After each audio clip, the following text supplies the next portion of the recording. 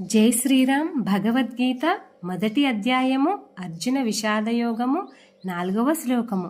అత్ర శూరా మహేశ్వాస భీమార్జున సమాయుధి ఈయుధానో విరాటశ్చ ద్రుపదశ్చ మహారథః. ద్రోణాచార్యుల వారితోటి దుర్యోధనుడు చెప్తున్నాడు పాండవ సైన్యం గురించి. పాండవ సైన్యంలో ధనుర్ధారి అయిన మహాబలవంతులైన పరాక్రమవంతులైన పరమ యోధులున్నారట. వాళ్ళల్లో 3 యోధుల గురించి ఈ శ్లోకంలో వివరించారు. ఎవరు?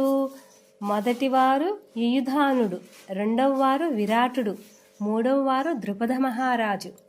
మొదటివారు యుయుధానుడు గురించి తెలుసుకుందాం. యుయుధానుడు అంటే సాత్యకి.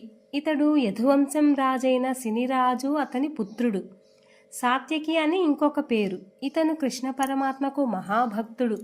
ఇతడు ఈ మహాభారత యుద్ధంలో మరణించలేదు. తర్వాత యదువంశం అంతం అయ్యేటప్పుడు యాదవుల ఘర్షణలో మరణిస్తాడు.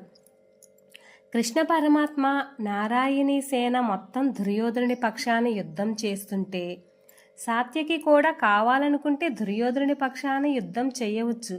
కానీ కూడా అందుకు అతను ఇష్టపడక పాండవ సైన్యంలోనే యుద్ధం చేయడానికి నిశ్చయించాడు. ఎందుకంటే ఈ సాత్యకి పరమ ధర్మాత్ముడు. ధర్మం ఎటుంటే అటు కృష్ణ పరమాత్మ ఉంటాడు.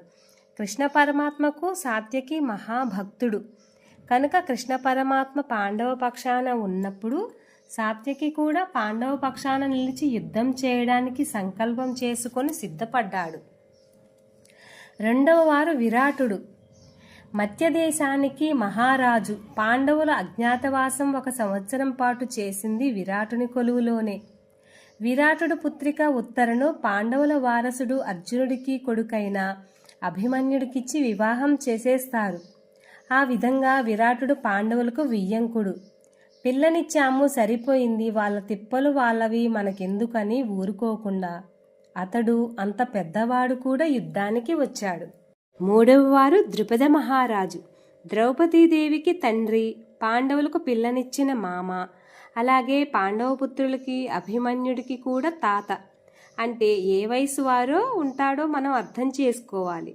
రిటైర్ అయిపోయాం కదా, హాయిగా ఇంట్లో కూర్చొని ఏవో వార్తాపత్రికలు చదువుకుంటూ టీవీలో క్రికెట్ చూసుకుంటూ గడిపేద్దాం అనుకోలేదు. ఇతగాడు కూడా ఖచ్చితంగా అధర్మాన్ని ఎదిరించాలి అని నిశ్చయించుకొని పాండవుల పక్షాన యుద్ధానికి వచ్చాడు. అంటే మనం అర్థం చేసుకోవాల్సిన విషయం ఏంటంటే మన పూర్వీకులు ఎవరికి వారు కూడా వయసు పెరుగుతున్నా కూడా నిమ్మకు నీరెత్తినట్టు పట్టకుండా మనకెందుకులే అని కూర్చోకుండా సోమరితనం లేదు. అధర్మం అయినప్పుడు యుద్ధం చేయడమే. అలాగే నాకు వయసు అయిపోతుంది, నాకెందుకులే, ఎప్పుడో పిల్లనిచ్చాము అయిపోయిందిలే, వాళ్ళ బాధలు వాళ్ళు పడతారు, మనకెందుకులే అని, లేదంటే ఎంత నేను కృష్ణ పరమాత్మని భక్తునైనా యదువంశీకుడినైనా పాండవులు నాకు మరీ అంత దగ్గర చుట్టాలేం కాదు కదా, కృష్ణ పరమాత్మకు చుట్టాలు, మనకెందుకులే అని అంతగా అవసరం వచ్చినప్పుడు చూసుకోవచ్చులే అని సాత్యకి ఎవరికి వారు దారులు వెతుక్కోలేదు. తప్పించుకోవడానికి ఇక్కడ ధర్మం పైన పోరాడటానికి నిశ్చయించుకొని మొత్తం వచ్చి కురుక్షేత్రంలో నిలబడ్డారు.